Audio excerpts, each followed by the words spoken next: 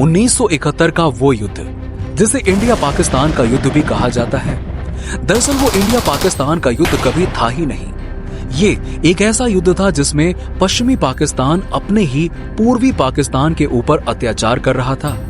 एक ही देश के अंदर होने वाले इस युद्ध ने एक इतिहास रच दिया, जिसमें भारत घुसा तो था मदद करने के लिए, पर कब ये युद्ध उसके और पाकिस्तान के बीच युद्ध में परिवर्तित हो गया, ये बात खुद पाकिस्तानियों को पता नहीं चल पाई। चलिए जानते हैं इस वीडियो के जरिए कि कैसे एक देश अपने ही देश के खिलाफ क्रूरता पर उतर आया, जिसे रोकने के लिए भारत को ना चाहते हुए भी उतरना पड़ा। दोस्तों, बात है भारत की आजादी के बाद की, जब जिन्ना ने अपना एक अलग मुल्क मांगा था, जिसको वो मुस्लिम बाहुल्य देश घोषित कर सके। मतलब जिन्ना ने गांधी और नेहरू से सीधे तौर पर हिंदू और मुस्लिम के बीच बंटवारे की बात की, लाइन खींचने की बात की, और हुआ भी यही। भारत देश को दो टुकड़े में तोड़ दिया गया और जिन्ना को एक अलग देश पाकिस्तान दे दिया गया। पर पाकिस्तान का बंटवारा भारत की एक ही सीमा से नहीं हुआ, बल्कि दो अलग अलग जगहों से हुआ, जिसमें भारत का पूर्वी छोर और पश्चिमी छोर शामिल था। पूर्व से जो टुकड़े अलग हुए वो पूर्वी बंगाल था और अब उसे पूर्वी पाकिस्तान कहा जाने लगा। पूर्वी पाकिस्तान और पश्चिमी पाकिस्तान के बीच भारत देश था, मतलब पूरे 15,000 किलोमीटर का फासला था। दोस्तों, ये फासला सिर्फ सीमाओं का नहीं, बल्कि दोनों पाकिस्तान हर रूप से एक दूसरे से विपरीत थे। जहां पश्चिमी पाकिस्तान एक मुस्लिम बाहुल्य क्षेत्र था और वो लोग ज्यादातर उर्दू बोलते थे, उनका रहन सहन अलग था, वहीं पूर्वी पाकिस्तान में ज्यादातर लोग बंगाली थे। ये लोग उर्दू नहीं बल्कि बंगाली ज्यादा बोलते थे और इसीलिए इनके संस्कृति, रीति रिवाज, सब कुछ पश्चिमी पाकिस्तान से काफी अलग थे। पश्चिमी पाकिस्तान यानी आज का वर्तमान पाकिस्तान और पूर्वी पाकिस्तान यानी आज का बांग्लादेश। दोस्तों, देश के इन दोनों टुकड़ों में ज्यादा अहमियत पश्चिमी टुकड़े की थी। यहाँ के लोग पूर्वी पाकिस्तानियों पर बिल्कुल भरोसा नहीं कर रहे। पाकिस्तान प्रशासन पर पश्चिमी पाकिस्तान का इम्पैक्ट ज्यादा देखने को मिलता था। हालांकि पूर्वी पाकिस्तान में पश्चिम की तुलना में अधिक आबादी थी, लेकिन बजट की बात की जाए तो इतना कम था कि उनकी बेसिक नीड्स भी पूरी नहीं हो पाती थी। प्रशासन ही नहीं बल्कि सरकारी कामों में या फिर सुरक्षा बलों की तरफ से भी पूर्वी पाकिस्तान को कोई सपोर्ट नहीं था। हिंदुओं की आबादी भी पश्चिम की तुलना में पूर्व में अधिक थी, इसीलिए उन्हें पश्चिमी पाकिस्तान सरकार द्वारा पूर्वी पाकिस्तान को कम वफादार माना जाता था। उनके अनुसार ये लोग देश के खिलाफ कभी भी विद्रोह खड़ा कर सकते थे। इसके पीछे की वजह यही नहीं बल्कि बंगालियों द्वारा अपनाई गई संस्कृति हिंदू सभ्यता से ज्यादा मेल खाती है, जो पाकिस्तान को बिल्कुल भी मंजूर नहीं था। और शायद यही वजह थी कि 1948 में मोहम्मद अली जिन्ना ने अपने एक बयान में उर्दू को राजभाषा घोषित करने की बात कही। Let me make it very clear to you. Leave no doubt that the state language of Pakistan is going to be Urdu and no other language.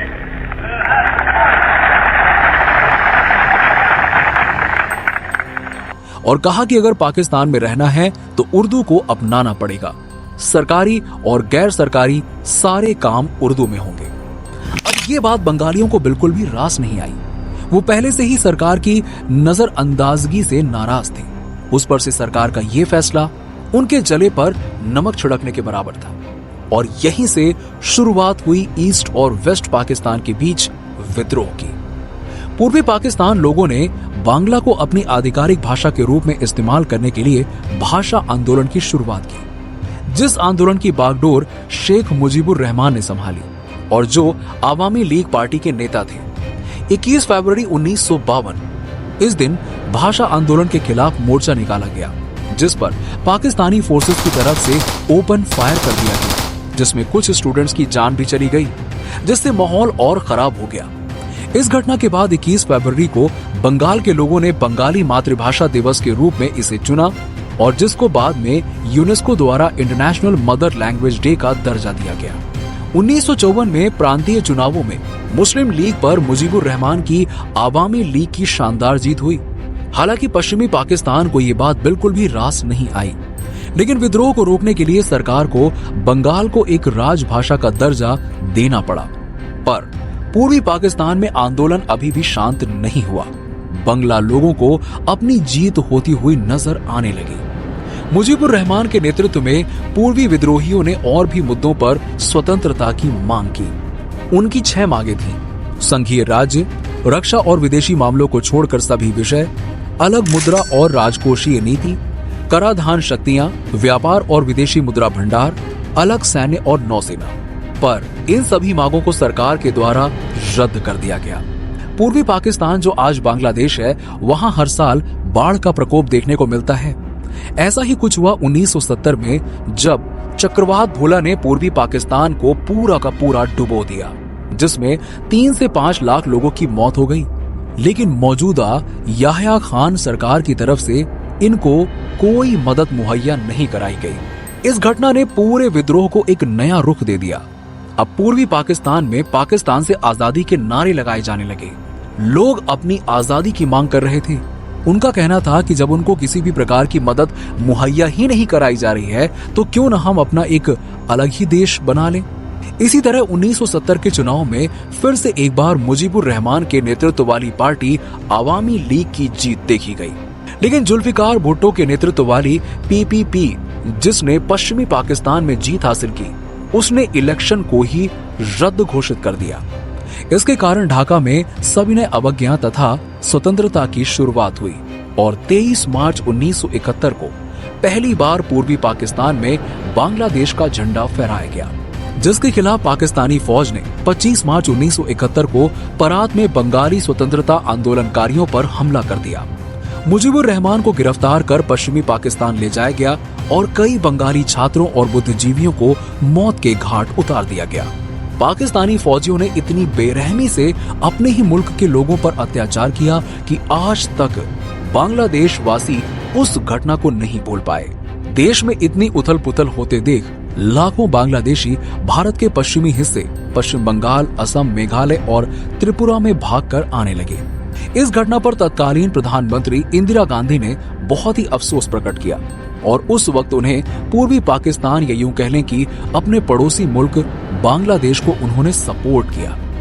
Bangladesh को सपोर्ट करने के पीछे की एक और वजह थी कि वो ये कि अगर देश की सीमा में इतने शरणार्थी आएंगे तो जल्दी हमारे पास उनको खिलाने के लिए कुछ भी नहीं होगा। बेहतर है कि आगे बढ़कर उनकी मदद की जाए, क्योंकि जिस तरह से देश में लाखों की संख्या में लोगों को रातों रात मौत के घाट उतार दिया गया, वो कोई छोटी बात नहीं है। इंदिरा गांधी जी तुरंत ही एक्शन में आती हैं और वो उस समय सेना के सीनियर जनरल सैम मानेकशॉ को कॉल लगाती हैं और कहती हैं कि हमें जल्द ही युद्ध के लिए तैयार रहना होगा। बट मानेकशॉ उस समय उतने श्योर नहीं थे कि अगर युद्ध शुरू किया जाए तो उनकी जीत होगी या नहीं। तो उन्होंने प्रधानमंत्री से पूरी योजना तैयार करने के लिए कुछ वक्त मांगा। आखिरकार वो वक्त भी आ गया, दिसंबर। अब पूरी तैयारी कर ली गई थी और भारतीय सेना की तरफ से बांग्लादेश में मुक्ति वाहिनी की एक फौज तैयार की गई, जिसको ट्रेनिंग देने और हथियार देने का काम भारत की तरफ से किया गया। ज्यादातर भारतीय सेना को बंगाल के बॉर्डर पर तैनात किया गया और पश्चिमी पाकिस्तान सीमा पर सिर्फ डिफेंसिव फौज खड़ी की गई। एक तरफ जहां पूर्वी पाकिस्तान में आजादी के लिए युद्ध छिड़ चुका था, वहीं दूसरी तरफ पश्चिमी पाकिस्तान ने मौका पाते ही 3 दिसंबर को वायुसेना द्वारा ऑपरेशन चंगेज खान चलाया, जिसमें अमृतसर, पठानकोट, श्रीनगर, अवंतीपुरा, अंबाला, सिरसा, हलवारा, आगरा सहित भारतीय हवाई क्षेत्रों के खिलाफ हमले शुरू कर दिए, जिसके जवाब में भारतीय सुरक्षा बलों द्वारा पाकिस्तानी हवाई क्षेत्रों को डिस्ट्रॉय कर दिया गया।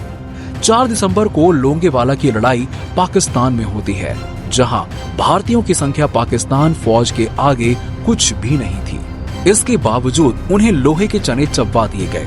इसी तरह ये युद्ध कब भारत और पाकिस्तान के बीच का युद्ध बन गया, पता ही नहीं चला और ऐसी ही लड़ाई आगे बढ़ती रही।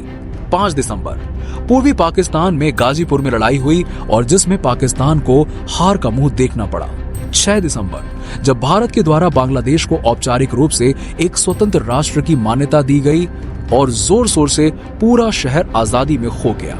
फिर 8 दिसंबर ऑपरेशन ट्राइडेंट चलाया गया, जिसमें भारतीय नौसेना ने कराची के पाकिस्तान बंदरगाह शहर पर हमला करके उसे पूरी तरह से तबाह कर दिया।